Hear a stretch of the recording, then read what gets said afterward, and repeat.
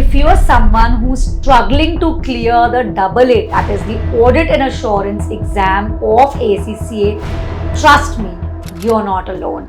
It's one of the toughest ACCA papers with pass rates hovering around 44 to 47%. In this video, we'll explore why many fail, share some real statistics, and reveal the examiner recommended strategies to help you pass AA on your first attempt itself.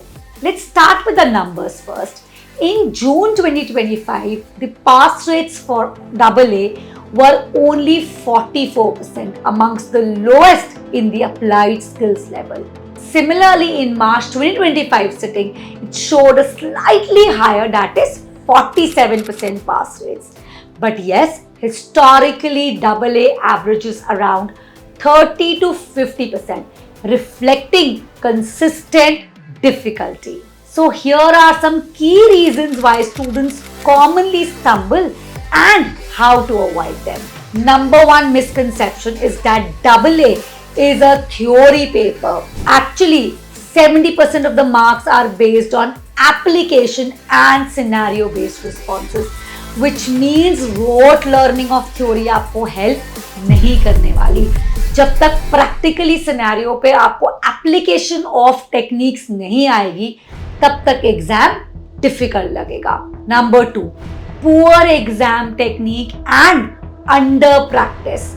Believe you me, ये बहुत common reason है students का audit का exam fail करने का.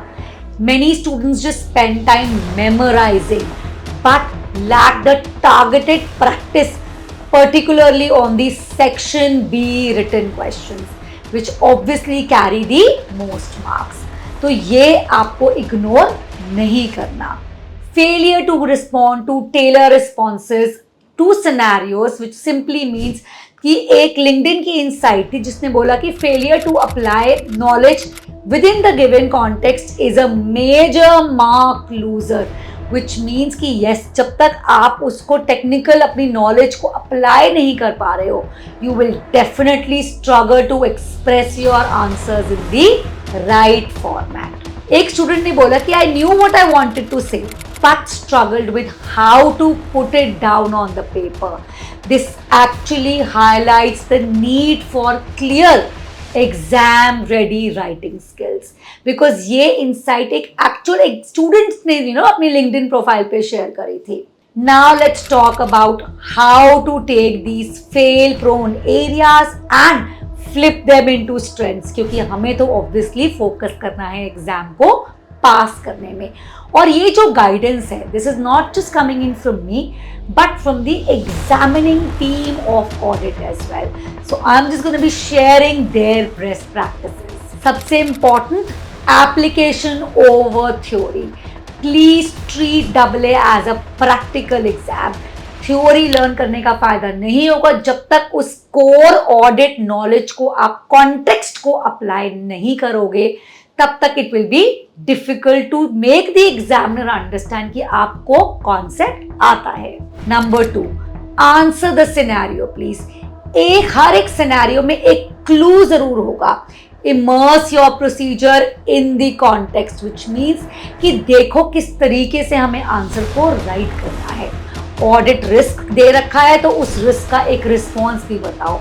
Direct controls में अगर control deficiencies हैं तो उसके एक जो हमें एक करेक्टिव प्रोसीजर्स होंगे वो भी बताने हैं. सब्सटैंटिव प्रोसीजर्स की अगर बात करूं तो if they require some specialised scenario based responses, please do that. Generic answer देने से आपको मार्क्स नहीं मिलेंगे.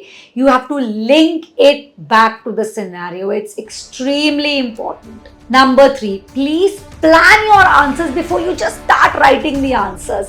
क्यों? क्योंकि structure definitely will help you get marks. हमें क्या करना है, सबसे पहले अपनी रिक्वायरमेंट को बहुत केयरफुली पढ़ो, specially focusing on the verb of the question. आपको आइडेंटिफाई करने को बोला गया है, आपको एक्सप्लेन करने को बोला गया है कि आपको डिस्क्राइब करने के लिए बोला गया है, because each of these verbs mean something different. उसके बाद इवन नाउ हमें कुछ नहीं लिखना, अब आप देखो कि हर रिक्वायरमेंट के कितने मार्क्स एलोकेटेड हैं. So you know the number of points that you need to answer under each requirement and sub requirement as well. तो अभी तक हमने क्या करा, अपने आंसर्स को अच्छे से प्लान किया. Now number 3, highlight the scenario data, which means कि जो आपने रिक्वायरमेंट पढ़ी उसमें से जो आपको रेलेवेंट चीजें, अपना जब आप पैराग्राफ, अपना जब आप सिनेरियो पढ़ रहे हो, जो जो रेलेवेंट लग रहा है to the requirement that you have already read and done, उसको आप हाईलाइट करते चलो. Why? Because this will help you prepare a skeleton answer before actually just starting to write it out. अब जो मार्क्स एलोकेशन है उसको please smartly use करो.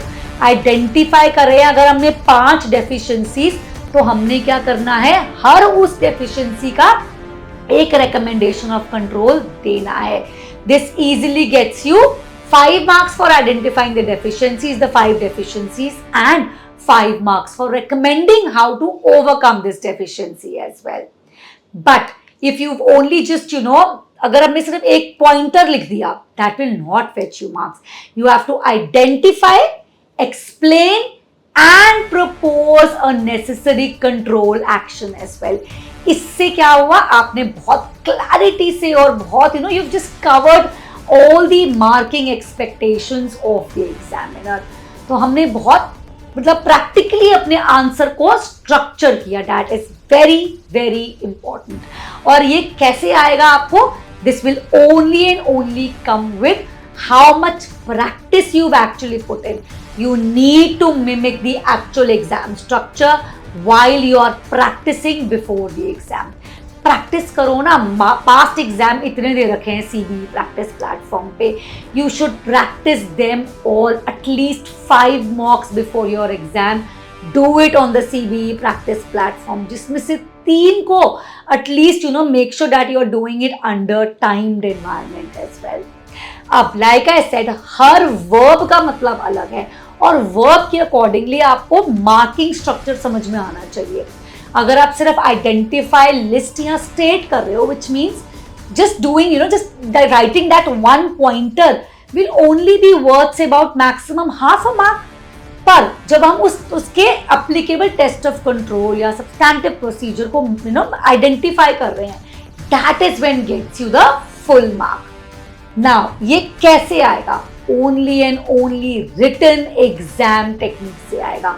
सो please section B के जो लॉन्ग फॉर्म राइटिंग आंसर्स हैं, that is where that is the real problem area. So make sure that you done enough question practice under timed pressure environment to make sure that yes, you have got the right technique. Your trainers, your mentors are there to help you analyze how much of a, how much close you are to model answers. So please use that feedback to refine your structures and your language. Students definitely, knowledge gap की वजह से नहीं fail होते, but because of poor presentation of their answers in the actual exam. अगर मैं इसको आपको एक एग्जाम्पल के थ्रू समझाऊं, so let me just take you through a typical exam question. Typical exam requirement होती है identify and explain 3 control deficiencies in XYZ company's inventory system and suggest controls to remedy each. Now सबसे पहले हमने क्या करा कि हमें requirement पढ़ेंगे, मार्किंग स्कीम देखेंगे, 3 डेफिशिएंसीज निकालेंगे, तो ऑब्वियसली हर एक डेफिशिएंसी 2 मार्क वर्थ बनाऊंगी. Only then you will get 6 marks in total. तो अभी मैंने क्या किया, I know how many points I need to jot down and how much depth of my answer do I really need to put इन.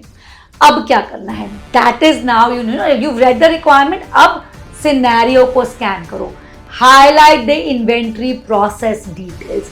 क्यों जरूरी है? क्योंकि इसी में से तो हमें डेफिशिएंसीज निकालनी है ना. सो wherever in the case scenario you've got the inventory process detailed, let's just keep highlighting जो हमें weakness, जो हमें deficiency नजर आ रही है. अब हमने deficiencies को identify कर लिया. Let's start planning our answer. I've got my deficiency identified. I think half mark के word मेरे पास already मैंने sort कर लिया है. अब क्या करना है, इसको explain करना है कि why is it a deficiency in the first place, which means that you've got another half mark in. अब कंट्रोल एक्टिविटी, रिमेंबर इस सिर्फ आइडेंटिफाई नहीं करना था, recommendation भी देना था. So control activity, recommendation when you put in, that's when you get 1 more mark.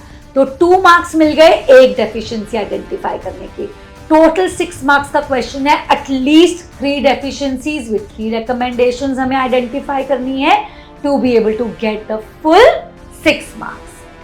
अब you need to write your answers sharply, integrating the scenario tasks, which means बहुत बहुत लंबे पैराग्राफ्स नहीं चाहिए.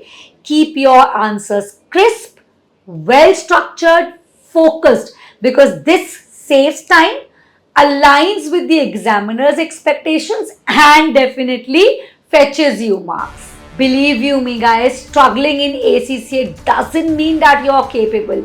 It just means that you probably require better technique, better context, and a writing strategy. Please, instructors को in steps को follow करो so that you are able to pass your next ACCA exam. Again, repeat कर रही हूँ just for the sake of clarity of everyone. Key takeaways from this video कि AA is not just theory. It's about application. You need to write tailor-made answers to the scenario. Scenario को copy paste या book का copy paste answer नहीं चलेगा. Plan before you write your answers. Use the marking logic to guide कि कैसा answer लिखना है, कितना लिखने की जरूरत है. Definitely practice the exam style questions with examiner guide. जितना आप examiner guide, examiner's report पढ़ोगे, you will get more into the examining team's brain कि उनको आंसर में basically क्या चाहिए था. This will help you crush your audit exam in the first attempt itself. I believe in you. Drop in your concerns or practice challenges in the comments, and don't forget to share this video with anyone who's appearing for the ACCA audit exam next quarter. Till then, thank you so much. God bless.